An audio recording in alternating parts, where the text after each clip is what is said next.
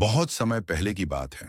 एक समृद्ध राज्य था, धवलपुर, जहां ज्ञान, वैभव और वैदिक परंपराओं की भरमार थी। इस राज्य के उत्तर में एक घना जंगल था और दक्षिण में एक बड़ा व्यापारिक नगर। राजा विक्रमसेन अपने विवेक और न्यायप्रियता के लिए दूर दूर तक प्रसिद्ध था। लेकिन आज हम राजा की नहीं, उस राज्य में रहने वाले चार अनोखे मित्रों की कहानी सुनने जा रहे हैं। चार ऐसे युवक जिन्हें लोग चार मूर्ख कहते थे। पर मूर्ख वे जन्म से नहीं थे, बल्कि अपने भ्रम, अहंकार और अधूरे ज्ञान के कारण। इन चारों के नाम थे: एक, भोलानाथ, सबसे बड़ा पर सबसे भोला। दो, धनराज, जिसे लगता था कि वह दुनिया का सबसे बड़ा व्यापारी बन सकता है। तीन, विद्यानंद, पढ़ा लिखा था पर व्यवहारिक बुद्धि का पूर्ण अभाव था। चार, सत्यपाल, हर बात में तर्क करता था पर बिना समझे। चारों मित्र बचपन से एक साथ पले बढ़े थे। वे किसी काम में लगते नहीं थे, पर हमेशा कुछ बड़ा करने की योजनाएं बनाते रहते। एक दिन उन्होंने तय किया कि हमें ज्ञान प्राप्त करने जंगलों में जाना चाहिए और फिर राज्य में लौटकर बड़ा नाम कमाना चाहिए। वे सभी विद्या की तलाश में एक अर्षि के आश्रम में पहुंचे। अर्षि आत्रेय ने उन्हें स्वीकार तो कर लिया, पर जल्दी ही उनकी मूर्खता समझ भी ली।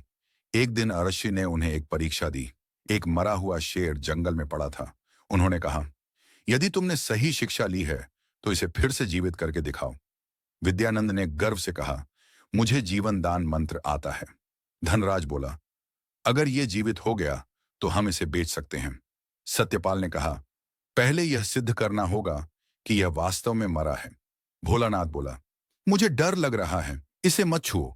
पर शेष तीनों ने न सुना और शेर को पुनर्जीवित कर दिया। शेर जीवित होते ही उन पर झपटा और भोलानाथ को छोड़ बाकी तीनों को मार डाला। भोलानाथ किसी तरह भागकर वापस आश्रम पहुंचा।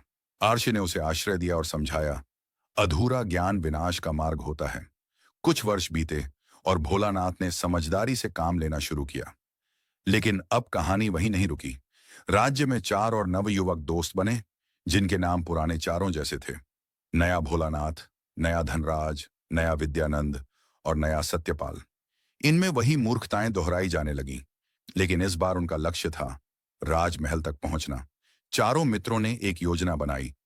राजा के सामने अपनी प्रतिभा दिखाकर इनाम पाना है। नया विद्यानंद ने नकली भविष्यवाणी करना सीखा। नया धनराज ने कुछ जड़ी बूटियों को सोना बनाने की औषधि बताना शुरू किया। नया सत्यपाल ने दर्शन के नाम पर दार्शनिक बकवासें रटी और नया भोलानाथ बस उनके पीछे पीछे चल दिया। राजा विक्रमसेन ने उन्हें दरबार में बुलाया। पहला बोला, महाराज, मैं बताता हूं आपके राज्य में अकाल क्यों आएगा, क्योंकि चंद्र ग्रहण के बाद गुरु शुक्र युति हो रही है। दूसरा बोला, हमारे पास औषधि है जिससे खेतों से सोना उगेगा। तीसरा बोला, ध्यान भोजन से श्रेष्ठ है, इसलिए कर हटाकर ध्यान लगाया जाए। चौथा चुपचाप सिर हिला रहा था। राजा मुस्कुराए और बोले, इन मूर्खताओं को प्रमाण दो। जब वे सब विफल हुए, राजा ने आदेश दिया, इन्हें ज्ञान भवन में शिक्षा दो, लेकिन सबसे पहले इनकी मूर्खता की सजा 1 माह तक घोड़ों के अस्तबल की सफाई। चारों ने अंततः समझा कि ज्ञान, व्यापार, तर्क और भोलापन तब तक गुण नहीं जब तक उनमें विवेक न हो।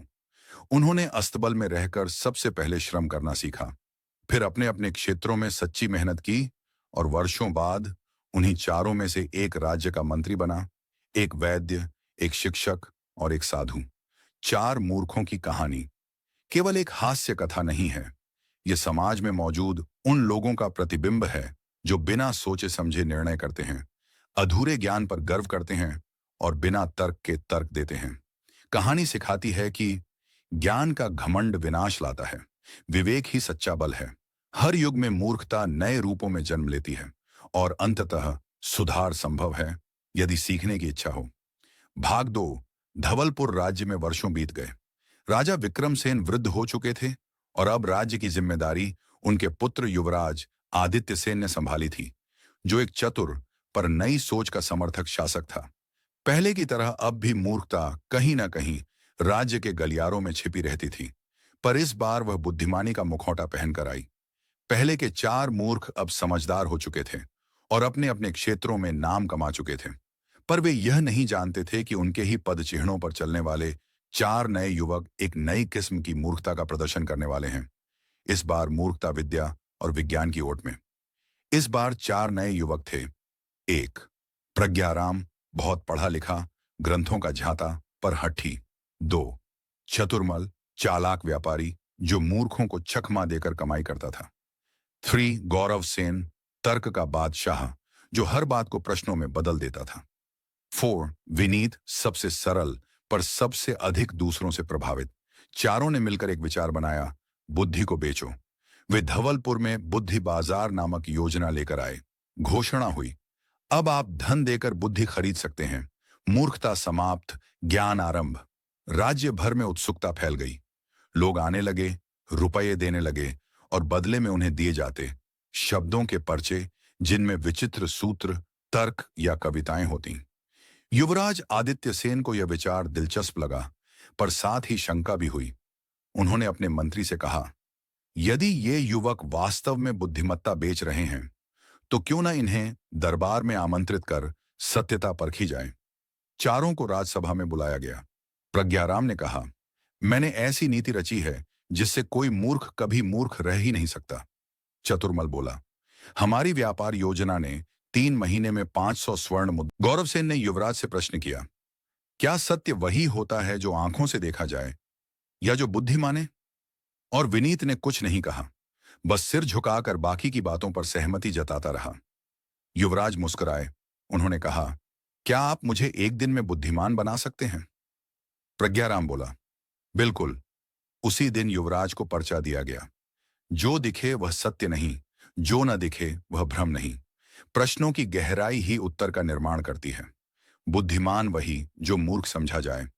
युवराज ने पूछा, इसका अर्थ क्या हुआ? गौरव सेन बोला, यह तो आप स्वयं खोजें, यही बुद्धि है।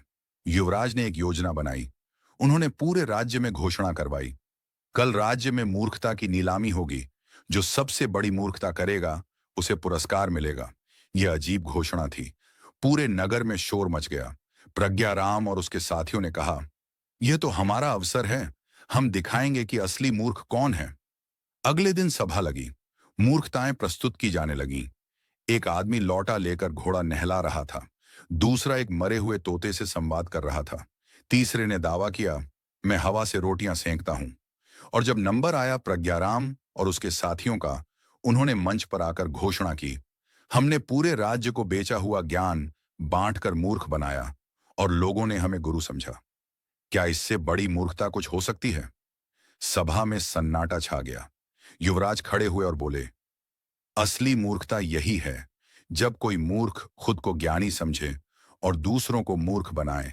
तुम सब दंड के अधिकारी हो, लेकिन दंड केवल शारीरिक नहीं होगा, बल्कि अब तुम सच्चे ज्ञान का प्रचार करोगे, बिना मूल्य लिए। यही तुम्हारा प्रायश्चित होगा। चारों ने अपने अहंकार का त्याग किया। उन्होंने फिर से आश्रमों में जाकर प्राचीन ज्ञान सीखा। इस बार उन्होंने सही अर्थ में समझा कि ज्ञान का व्यापार नहीं होता, वह सेवा का विषय है। तर्क तब तक मूल्यहीन है जब तक वे जीवन में लाभ न पहुंचाएं। और सबसे बड़ी मूर्खता यह है कि हम खुद को बुद्धिमान समझने लगें। कुछ वर्षों बाद चारों ने मिलकर एक निःशुल्क विद्या भवन की स्थापना की, जहां अब वे गरीबों, किसानों और श्रमिकों को शिक्षा देने लगे। 4 मूर्खों की कहानी भाग 2 हमें यह सिखाती है कि मूर्खता समय के साथ रूप बदल सकती है, कभी तर्क बनकर, कभी व्यापार बनकर, कभी विद्या का नकाब ओढ़कर। केवल ज्ञान नहीं, ज्ञान की विनम्रता ही मनुष्य को श्रेष्ठ बनाती है। और असली बुद्धिमान वह है जो यह माने कि उसे सब कुछ नहीं आता।